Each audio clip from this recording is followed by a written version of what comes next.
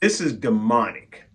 This is the story of a family called the Adelsons, who decided that they were going to kill their in-law, a man by the name of Dan Markel. You can keep talking about evil doesn't exist, and then one day it shows up at your doorstep, and you realize, yeah, evil does exist. This is demonic. I'm Ulysses Butch Slaughter. Welcome to Ulysses Butch Slaughter Presents. This is the story of a family called the Adelsons, who decided that they were going to kill their in-law, a man by the name of Dan Markel.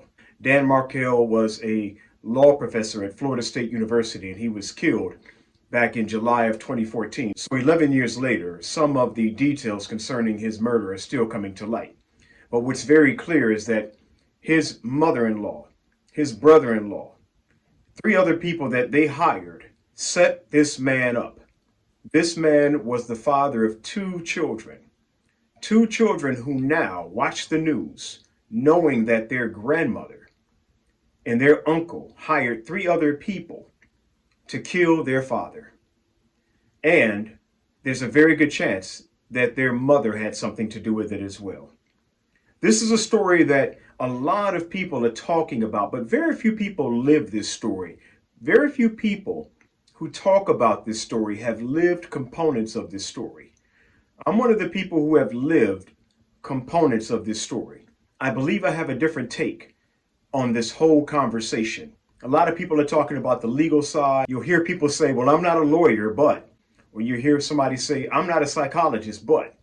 You don't have to be a psychologist. You don't have to be a lawyer. As a matter of fact, even if you're not a psychologist or a lawyer or a therapist or a forensic scientist, you better know that evil is out there. And the story of Dan Markel and his in-laws, the Adelson, will show you just how close to home evil may be. When I was 12 years old, my father shot and killed my mother, Clarice. I was in the house when it happened. I was a 12-year-old boy. My father tried to deny for years that he killed her on purpose. I literally had to hunt my father, hunt my father to the day he died to get him to tell me the truth about what happened to my mother. My ex-wife, Pauline B. Thompson, decided that she was going to set me up with a false allegation of abuse. And the things that transpired after her false allegation, police showing up at my door, putting me in handcuffs, the things that could have happened to me and my loved ones as a result of her false allegation, pure evil. Pure evil. For her to sit and watch this transpire, knowing that she's told a lie. I don't know what to make of a person like that.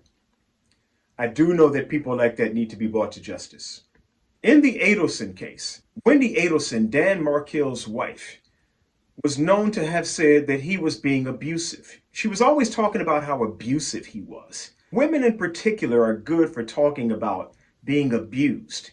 It's their way of setting something up so that they can ultimately send the cavalry in against a man who is more than likely innocent. And in this case, Dan Markel had shown no signs of being an abusive man. Was he disagreeable? I don't know. There's a chance that they had some disagreements. But abusive? That's the kind of language that a woman uses when she wants to set a man up. It's amazing to watch Wendi perform on the witness stand. She's testified at trials, and it's amazing to watch her perform. You look at her doofus-looking face. She turns sideways. She acts like she doesn't know what's going on, and she doesn't remember anything. This is dangerous behavior. Someone who can sit there and look at you and act like they're a real human being, knowing all along that they are hiding the truth that will send them to jail. I look at her mother, Donna, her mother, Donna, who said all these horrible things about Dan Markel. She said horrible things about him, and now she's been convicted and she's crying. I don't want to talk about the conviction. I want to talk about what kind of person is this? Is this a human being? Look at Charlie, the son, whose girlfriend hired the hitmen to kill his brother-in-law. Arrogance doesn't even begin to approach the way we would describe this behavior. You got a collection of people working together, a collective evil working together to bring damage to this man, to bring this man's life to an end. Oh, it's evil, no question about it. I've seen this type of evil.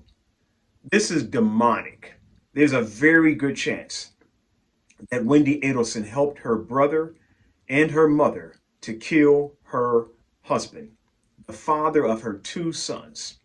And what's really nasty about it is that these two boys are now old enough to see this stuff on the news, to listen to it. And they have to look across a dinner table at their mother and wonder what she had to do with this. I feel bad for these boys. I'm going to be inviting a lot of people on to talk with me about this. And again, I don't want to talk about it just from a legal standpoint.